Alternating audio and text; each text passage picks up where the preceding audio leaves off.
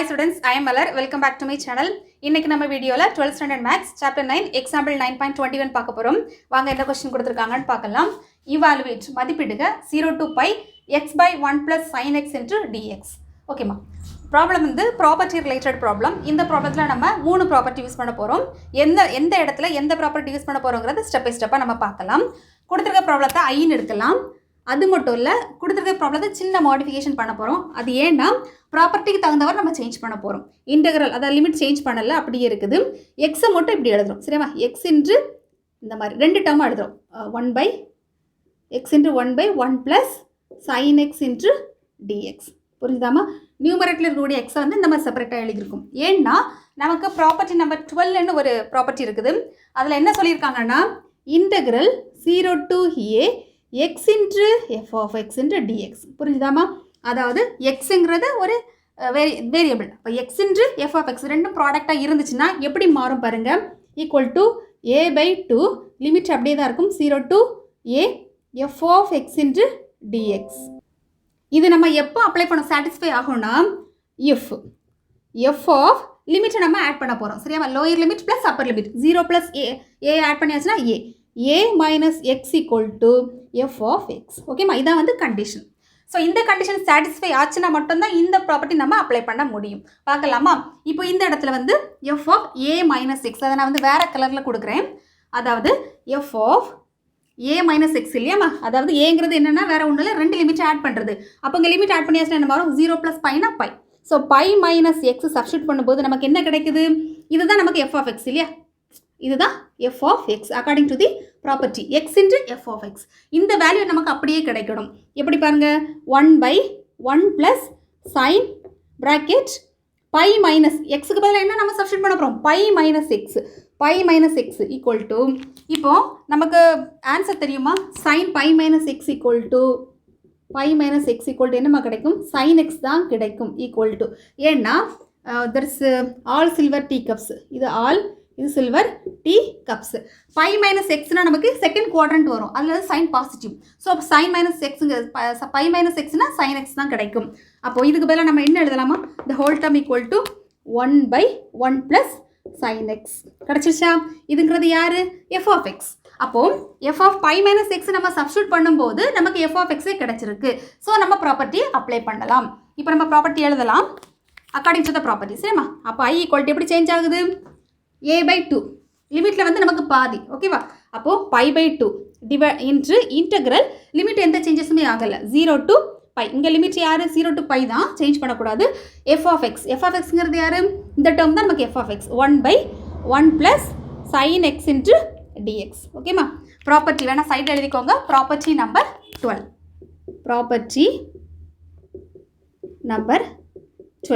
அந்த property number 12 பிரகாரம் நமக்கு இந்த ஸ்டேட்மெண்ட் கிடச்சிருக்கு. ஓகே, இப்போ நெக்ஸ்ட்டு இன்னொரு ப்ராப்பர்ட்டி அப்ளை பண்ண போகிறோம். அது என்ன ப்ராப்பர்ட்டினா ப்ராப்பர்ட்டி நம்பர் 10. ஓகேம்மா? எப்படின்னா 0 to 2a f of x into dx அப்படி இருந்துச்சுன்னா இதில் நல்லா கவனிச்சுக்கணும். லோயர் லிமிட் வந்து 0, அப்பர் லிமிட் வந்து நமக்கு 2a. 0 தான் இருக்கணும். அதுக்காக தான் இப்படி இருந்துச்சுன்னா 2 நமக்கு ஃப்ரெண்டில் வரும். 2 இன்ட்டு இன்டெக்ரல் லிமிட்டில் நமக்கு பாதி ஆகும். லிமிட்டில் 2aல பாதி என்னது? a into f of x into dx. இது எப்போ நம்ம அப்ளை பண்ண முடியும்? எப்போனா f of அதே கண்டிஷன் தான். ரெண்டு லிமிட்டை நம்ம ஆட் பண்ண போகிறோம். Lower limit plus upper limit ரெண்டையும் ஆட் பண்ணும்போது என்ன வரும்? 0 ப்ளஸ் 2a.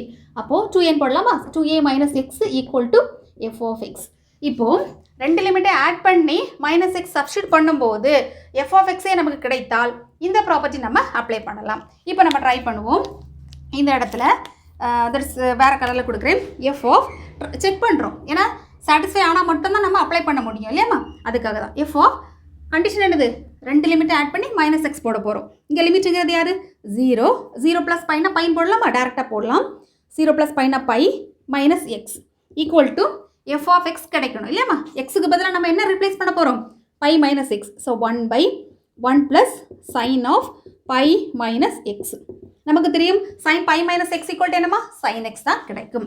அப்போ 1 by 1 plus sine pi minus எக்ஸ்னா சைன் எக்ஸ். புரிஞ்சுதா? இது யார்? F of x. அப்போது f of pi minus x substitute பண்ணும்போது நமக்கு எஃப் ஆஃப் எக்ஸே கிடைக்குது. ஸோ கிடைச்சா நம்ம வந்து ப்ராப்பர்ட்டி அப்ளை பண்ணலாம். புரிஞ்சுதா? இப்போ நம்ம ப்ராப்பர்ட்டி அப்ளை பண்ணலாம். I equal to by by 2 அப்படியே இருக்கட்டு.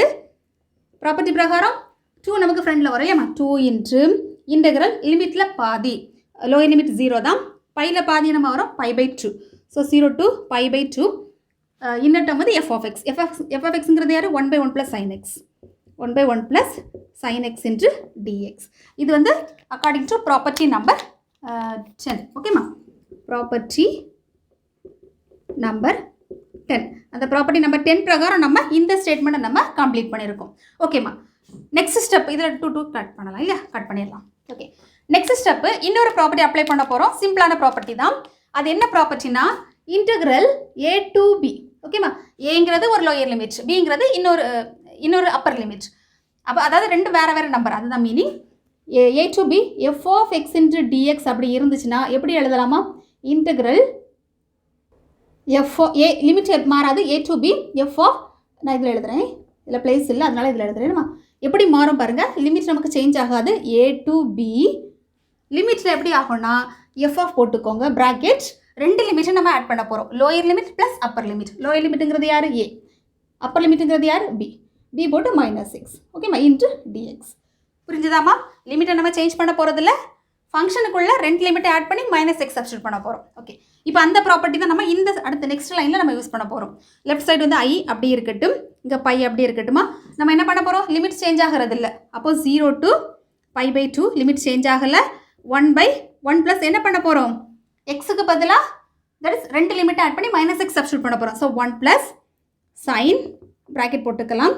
எக்ஸுக்கு பதிலாக ரெண்டு லிமிட்டை ஆட் பண்ண போகிறோம். So 0 + pi by 2. 0 + pi by 2 நம்ம பை பை 2 டேரெக்டாக எழுதலாம்.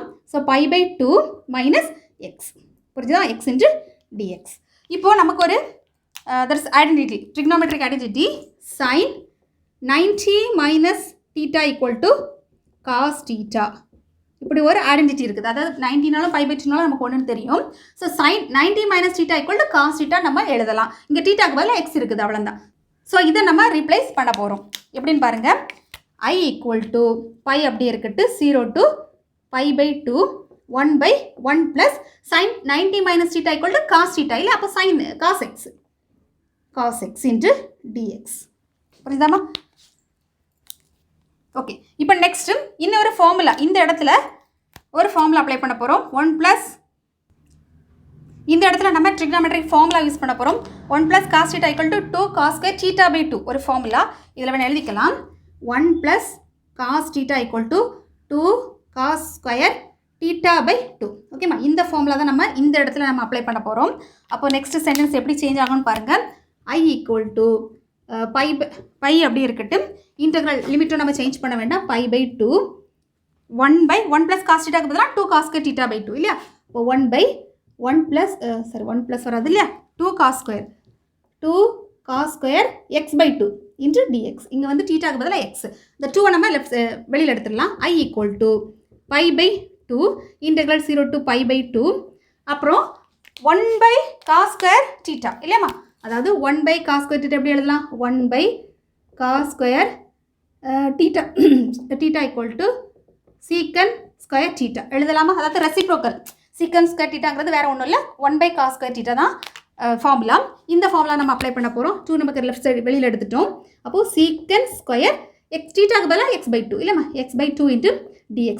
இப்போ நம்ம இன்டெகிரேஷன் ஃபார்முலா அப்ளை பண்ண போகிறோம். ஆர்டினரி ஃபார்முலா தான். i = pi by 2 integral 0 to pi by 2, sorry limit that is formula apply பண்ண போகிறோம் இல்லையா.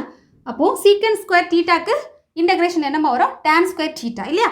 tan square θக்கு பதிலாக x/2 மறக்காமல் எக்ஸுக்கிட்ட ஒரு கான்ஸ்டன்ட் இருக்குது, அதை நம்ம மறக்காமல் டிவைடட் பை போட போகிறோம். the whole divided by 1/2.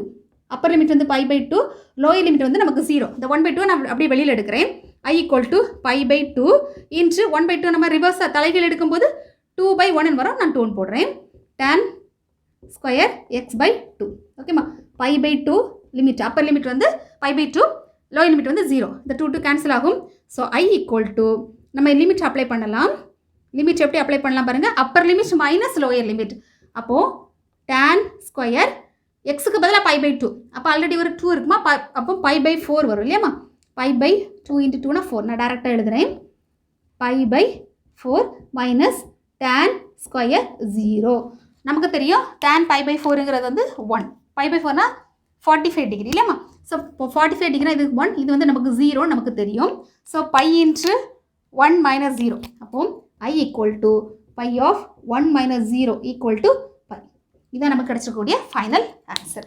ரொம்ப ரொம்ப ஈஸியான ப்ராப்ளம். ஒவ்வொரு ஸ்டெப்புக்கும் என்ன ப்ராப்பர்ட்டி யூஸ் பண்ணணுங்கிறது நமக்கு தெரியணும். தெரிஞ்சால் மட்டும்தான் இந்த ப்ராப்ளத்தை நம்ம ஸ்டெப் பை ஸ்டெப்பாக ப்ரொசீட் பண்ண முடியும். ரொம்ப ஈஸியான ப்ராப்ளம். ஜஸ்ட் காமாக நீங்கள் ஒர்க்காக கூட ரிவைஸ் பண்ணுங்கள். கண்டிப்பாக உங்களுக்கு அண்டர்ஸ்டாண்ட்